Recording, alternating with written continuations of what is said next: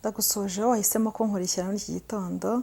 Iyi ni ya televiziyo yacu cyangwa rwa rubuga Chantal TV, ikaba imaze kugira abantu benshi bayikurikira kandi rwose bakatubwira ko hari icyo bigenda bibamarira mu buzima.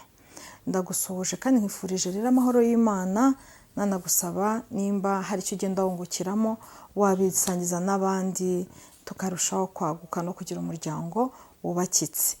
Uyu munsi ni umunsi rero nifuza ko tuganira ku ngingo yindi nshyashya mu buryo bwo noneho bwo kuganira nk'inkuru. Dufite inkuru ivuga ifite umutwe uvuga ngo ha agaciro imigisha ufite. Ha agaciro imigisha ufite mu buzima bwawe. Mu by'ukuri kenshi na kenshi hari igihe umuntu aba afite ibintu akamenya ko byari bifite akamaro mu buzima bwe ariko bitagihari. Naratekereje ndavuga nti reka tubivuge mu buryo bw'inkuru.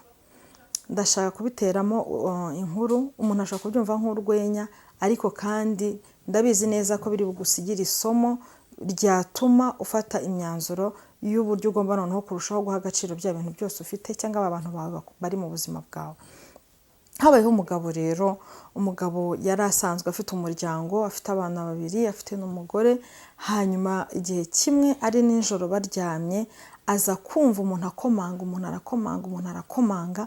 Ati si umuntu ugenda muri iri joro, uyu muntu ninde, arashaka iki muri uru rugo rwanjye?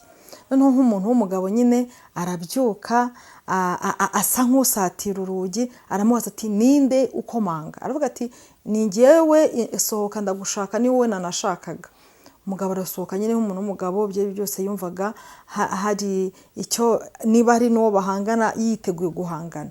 Asohotse abona n'umugabo mugenzi we, aramubwira ati niwe nashakaga, nishimiye kuje. Ati kuko nta n'undi muntu wigize wumva nkomanga, kuko nyine ni wowe wagombaga kubyumva, ni wowe nshaka. Umugabo aravuga ati uranshakira iki?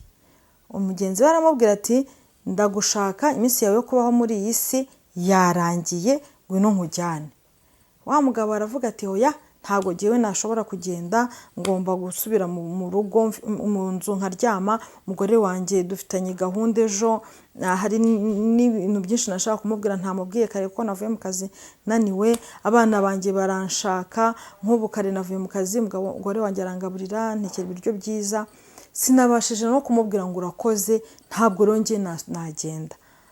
Wa mugabo aramubwira ati rero birihutirwa, nta nubwo ugifite umwanya hano, tugende mugabo tugende. Hanyuma umugabo aragira ati abana banjye naje bankumbuye, mbona bankina bashaka dukina, mbaburira umwanya. Wa mugabo nyihanganira, banze ngende byibura mbyutse abana banjye, nkine nabo akanya gatoya, ntabasigira umubabaro.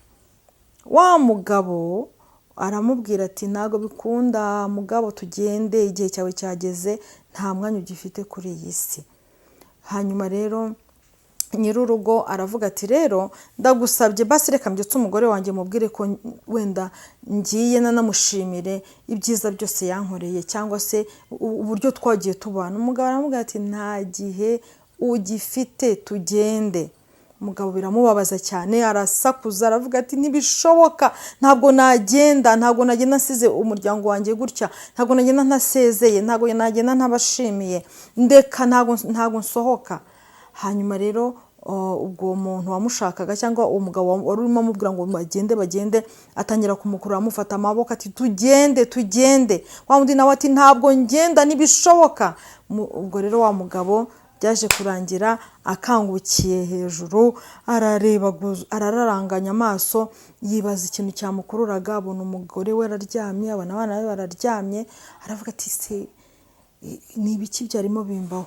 Ariko muri urwo rugendo, muri icyo gihe abona baracyaryamye, atekereza ukuntu iyo biza kuba ari impamo, kuko yazijije gusanga ari inzozi. Aravuga ati iyo biza kuba ari impamo, n'ibihe byose nyuzemo, n'iminsi yose nyuzemo, n'uburyo nitwara kuri aba bantu tubana, yaba ari umugore wanjye n'abana banjye, ese aharaho ubu nari kuba nsize nk'uruki?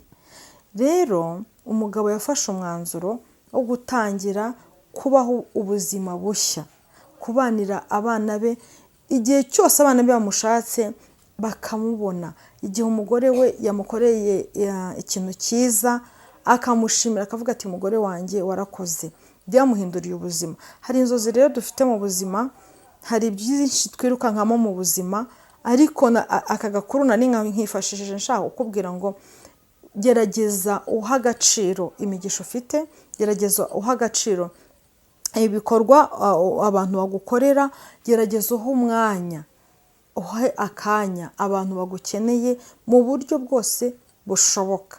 Mu igihe ufite n'uyu munsi, igihe ufite iby'ejo ntabwo bizi, igihe ufite n'iby'aka kanya, imirimo ugomba gukora ni iy'uyu munsi uri gushobora gukora, ejo ntabwo ari ahacu, cyangwa se ejo ntabwo tuzi ibizahaba.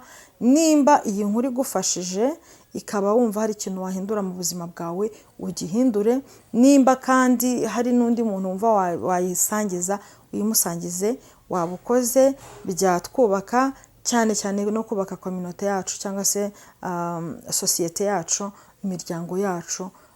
Ndagushimiye wahisemo kunkurikira uyu munsi. Nanone ni umunsi mwiza wawe wo gufata imyanzuro, kandi wakora subscribe ndetse wayisangiza iki kiganiro n'abandi. Tuzasubira ubutaha. Ciao ciao.